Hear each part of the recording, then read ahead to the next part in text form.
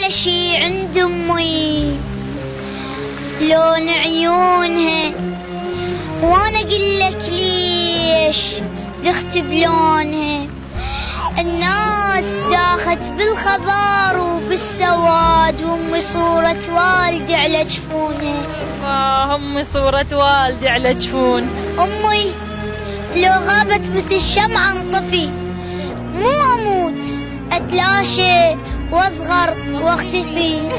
أمي اللي تربيه كذب يعرف ويخون، لو تربي الذيب هم يطلع وفي. والله لو تربي الذيب هم يطلع وفي والله. وما طول السالفة ولا عيدها، الدنيا ظلمة وروحي قمرة تريدها.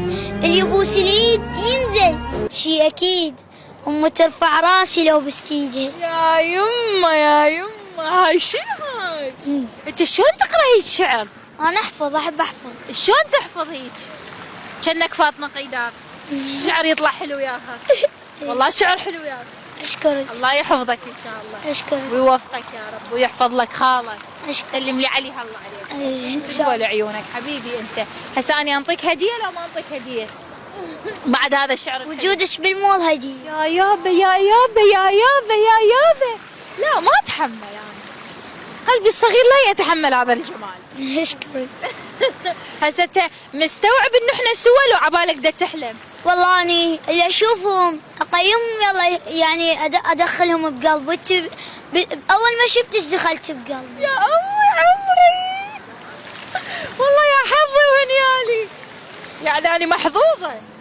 والله يعني ما أدري، هي أمي كني رزق على هيك بنية. ها يعني هنيالهم علي؟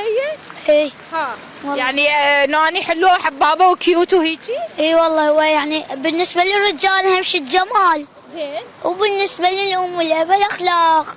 واني شنو؟ قلت كلهن. يا عمري والله، والله انت عمري. هاي هدية لك مقدمة من شركة اوسكار لاكسسوارات المطابخ والاخشاب الجميلة.